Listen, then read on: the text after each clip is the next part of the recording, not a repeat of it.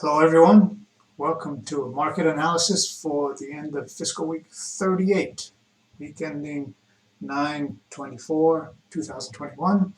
We're looking at the weekly charts, the diamonds on the left, SPY in the middle, and of course the Qs on the right hand side. Looked like the last couple of weeks that the market was really going for a serious downturn. Seems to have regrouped itself on the weekly chart. Let's take a look at the diamonds. Right here you see a bottoming tail right where you would sort of expect it. That's the second standard deviation line. And that's usually a pretty good sign that things are starting to correct themselves. Let me get a pen over here and see if I can write something. Like right there you see that bottoming tail, which is a good indication that we might be sort of regrouping, making a base on the Dow. We got that action on increasing volume. We got a MACD, it looks like it might be turning up. Never quite got to zero, which is a good sign. But we've still got this ADX that indicates some caution. Let's look at the SPY. We've got the same thing. We've got a bottoming tail sort of right where you'd expect it at this line of support. We've got an increase in volume. We've got a MACD that isn't really turning yet, but might be trying to find a bottom with the histograms at almost the lowest sort of point where it gets on market action. We got an issue with the ADX, but maybe we'll work that through a little bit, and we'll see the DI minus dropping. On the Qs, we spoke over the last couple of weeks. The Qs seem to be in better shape.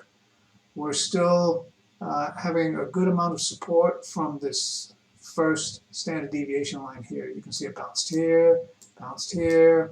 And it looks like we might be getting a bounce here because, again, we've got this bottoming tail on the Qs.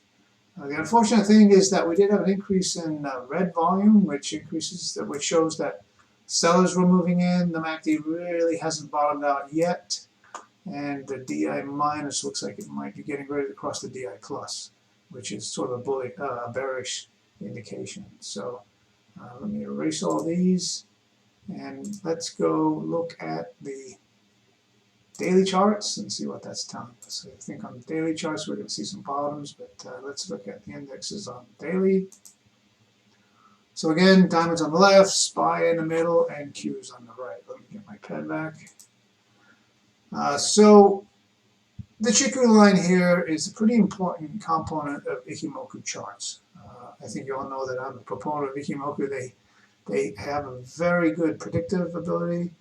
And sort of an analysis ability also. So you can see that we hit our most recent bottom here on the daily chart of the diamonds, and we bounced off it. Now the 3 is above the 8 average, and we're hitting this level of resistance on this line here.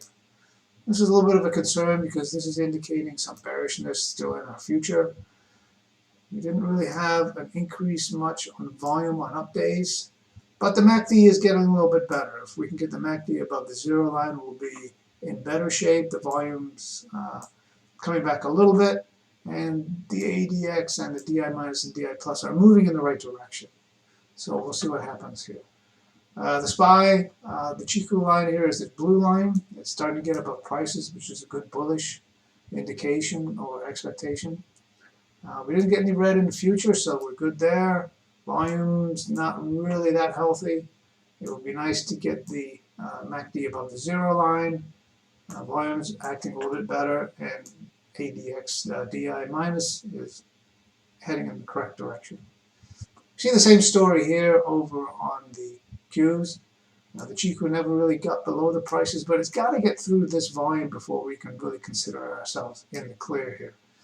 So there's no red in our future. That's a good indication. If we can get above this level of resistance, we might be ready for another bounce on the NASDAQ. Volume's not that great. Maybe it'll pick up.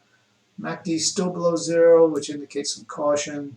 On balance, volume still really hasn't recovered, and the ADX is a little bit in trouble. So what would we expect for this week in trading?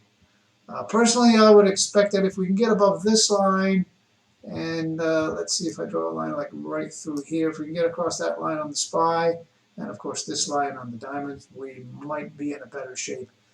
You might expect some movement in here, some between these support and resistance levels. With a breakout up here would be very positive, and of course a breakdown below this line would be continued negative. However, we do have The best 6 months typically in the market, starting here in a week or two, October through the early part of spring, is typically the best time in the market. Of course, probably everybody knows by now that September is usually the worst month in the market, and we're almost at the close of that market. So let's see what happens this week. We might get a further push upwards, and that's what to watch for. So I hope you have a great week trading, and we'll talk to you next week.